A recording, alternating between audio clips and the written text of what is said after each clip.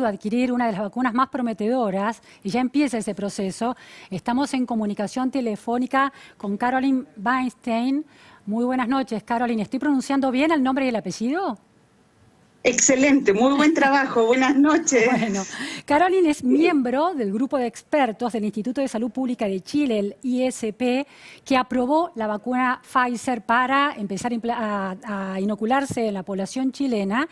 Es doctora en microbiología e inmunología por la Universidad de Carolina de Estados Unidos y es docente e investigadora de la Escuela de Farmacia y Bioquímica de la Universidad de Valparaíso en Chile.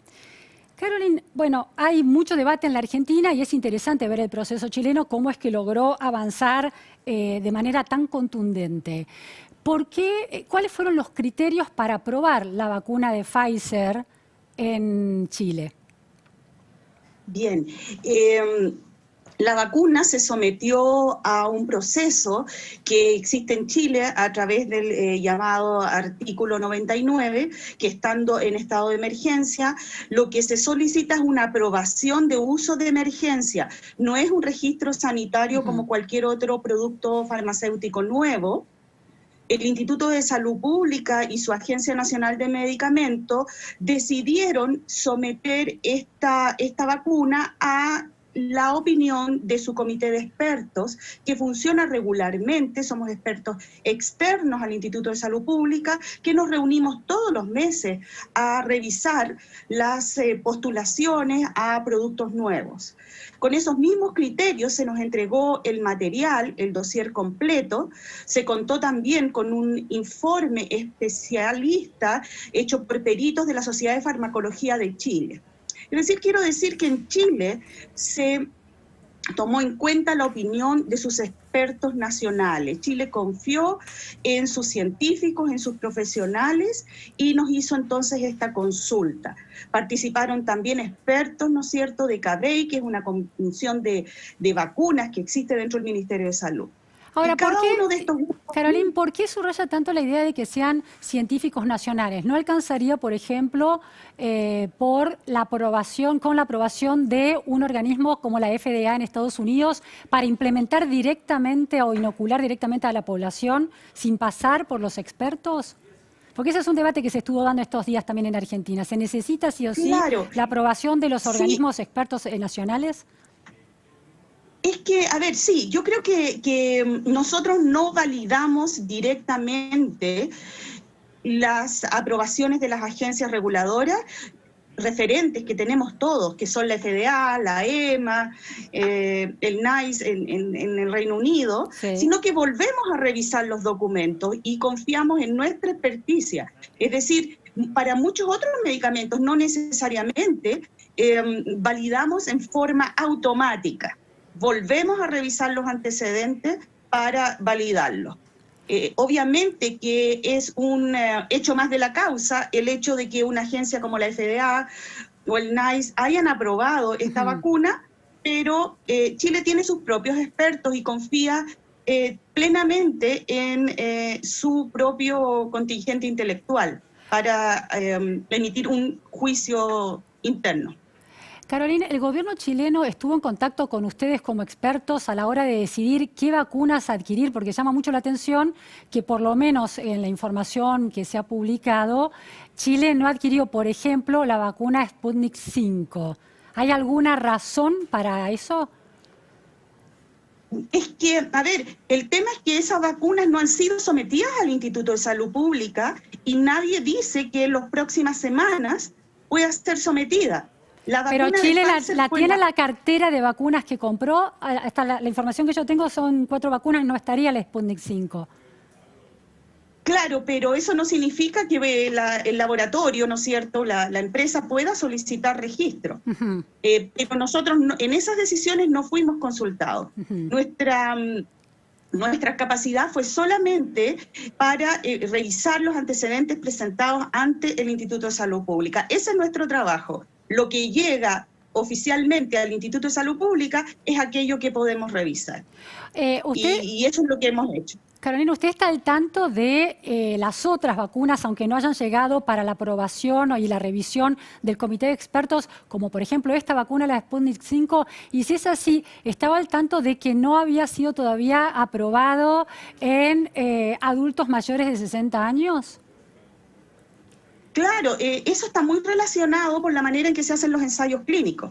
Si el ensayo clínico incluyó a cierta población etaria, esa vacuna va a tener la posibilidad de ser aprobada en ese grupo etario. Y esa es una de las ventajas de la vacuna de Pfizer, que fue probada incluso en niños de 12 años. Sin embargo, para ese grupo, entre 12 y 16 años, los datos no eran concluyentes, por lo tanto, solo se aprobó desde los 16 años en adelante. Entonces, ¿en qué indicación terapéutica se aprueba una vacuna? Está relacionada con el diseño del ensayo clínico. Y en relación a la Sputnik 5, ¿usted sabía que no estaba el grupo de mayores de 60 todavía aprobado? Sí, claro. En la rusa sí, en la Sputnik sí, eso es así. Después y todo depende de lo que digan los datos. Eso es lo que define la decisión que se tome, ¿no? Seguridad y eficacia, fundamentalmente. Carolina, Chile también está adquiriendo vacunas de laboratorios con base en China.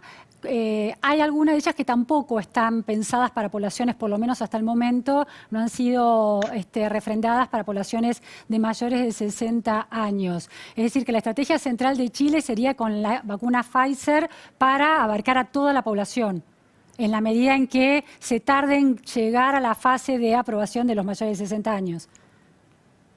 Para los mayores de 60 años, aparentemente Pfizer va siendo la única alternativa. Pero además hay que aclarar que con la cantidad de dosis que compromete el país de comprar, se va a abarcar solo un 30% de la población chilena. Por lo tanto, el gobierno va a tener que decidir cuál va a ser la población prioritaria a vacunar con esas dosis que está adquiriendo. ¿Está refiriéndose a las dosis de Pfizer o a las dosis de todas las vacunas en general que adquirió? No, de Pfizer. Yo manejo los datos de la vacuna que se aprobó y ahí habían 10.100.000 dosis que alcanzan, como son 2 dosis para 5 millones de personas, y considerando la población chilena mayor de 16, eso da un 30% de cobertura. Y si se concentra en la población chilena de mayor de 60 años, que es aquella que otras vacunas por el momento no cubren, ¿alcanza la cantidad de dosis compradas por el gobierno chileno para vacunar a esa población, una de las más vulnerables? Ese dato no lo tengo al alcance en este momento, pero probablemente es insuficiente porque también hay que darle prioridad a los trabajadores de la salud. Claro. Si uno mira el modelo de otros países, la primera prioridad son los trabajadores de la salud. Y en cuanto a adultos mayores, aquellos que viven en comunidad, en hogares, en lugares, ¿no es cierto?, residencias comunitarias, antes que otros adultos mayores que pueden estar sometidos a aislamiento por el momento. Entonces, las prioridades las va a tener que establecer el Estado de Chile prontamente. Carolina, una de las observaciones que hacía el presidente Alberto Fernández en Argentina era que en este debate, polarización que se da en relación a la evaluación de la vacuna rusa, casi como una mirada geopolítica muy fuera del campo científico, el argumento que daba el presidente es que es producida por un instituto de investigación muy respetable, con premios Nobel en su haber, que había que tener en cuenta esos antecedentes. Un comité de expertos a la hora de evaluar una vacuna, ¿tiene en cuenta esa historia de la institución que lo investiga o tiene en cuenta los ensayos clínicos y el resultado de los ensayos clínicos? Los resultados clínicos y esos resultados, la evaluación estadística. A modo de ejemplo, la vacuna de Moderna, viene, que fue aprobada recientemente en la FDA, viene de una compañía farmacéutica que antes no había logrado ninguna aprobación de vacuna. Por lo tanto, más que la trayectoria,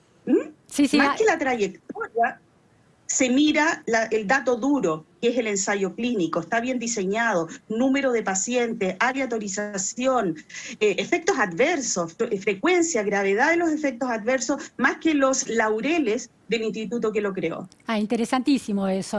Moderna versus la institución que produce la Sputnik 5. Moderna está atravesando todos esos estándares, Sputnik 5 todavía no ha llegado a esos estándares. A pesar de que es una institución mucho más antigua y con laureles, como usted dice.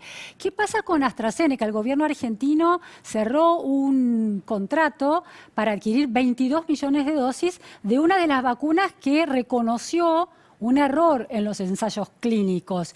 ¿Qué viabilidad tiene, por ejemplo, para Chile una vacuna que atraviesa una desconfianza dado ese error por el problema de las dosis? Sí, es complejo, es bastante complejo. Vamos a ver cómo lo solucionan ellos. AstraZeneca está haciendo ensayos clínicos en Chile. Eso le da más crédito en el sentido de que está siendo probada en población chilena. En cambio, la vacuna de Pfizer fue probada en hispanos y latinos en un 27%, incluyó población argentina, pero para nosotros no habían chilenos. En cambio, esta otra sí incluyó población chilena, lo que se acerca más a nuestra realidad étnica, y eso le da una ventaja. Y vamos a ver, cuando entreguen los datos, cómo corrigieron ellos su problema de dosis. Yo creo que también hubo problemas de dosis en la de Pfizer. Al principio se pensaba que una dosis iba a ser suficiente y hubo que dar una segunda dosis.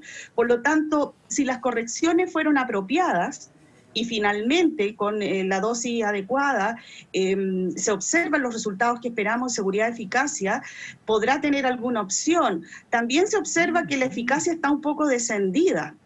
En la caso de AstraZeneca.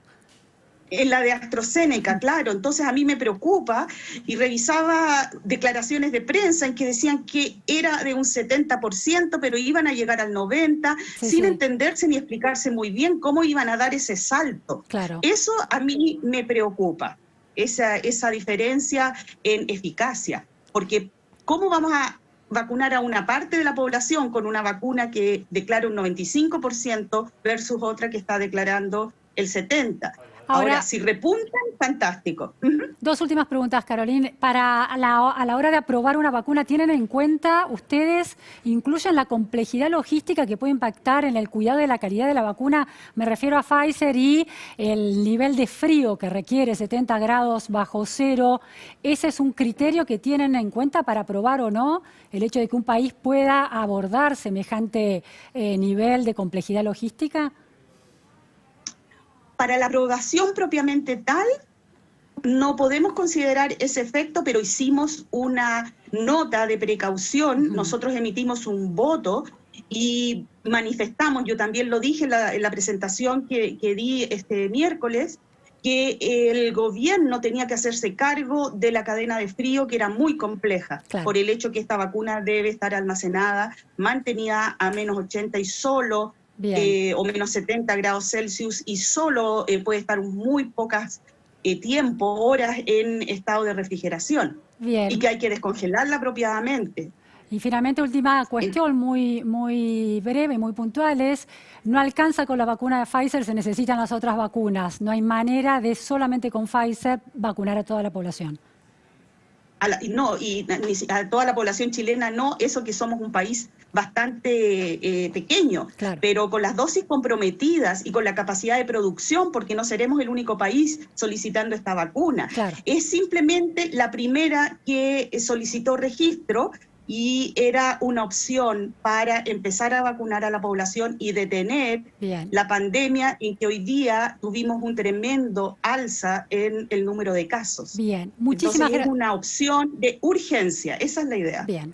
Clarísimo. Muchísimas gracias, Carolina Weinstein, por estas precisiones en torno a cómo Chile tomó la decisión de adquirir la vacuna de Pfizer y de, finalmente inocularla a su población. Vamos a un corte en la repregunta Noticias a Fondo y enseguida volvemos. No se vayan.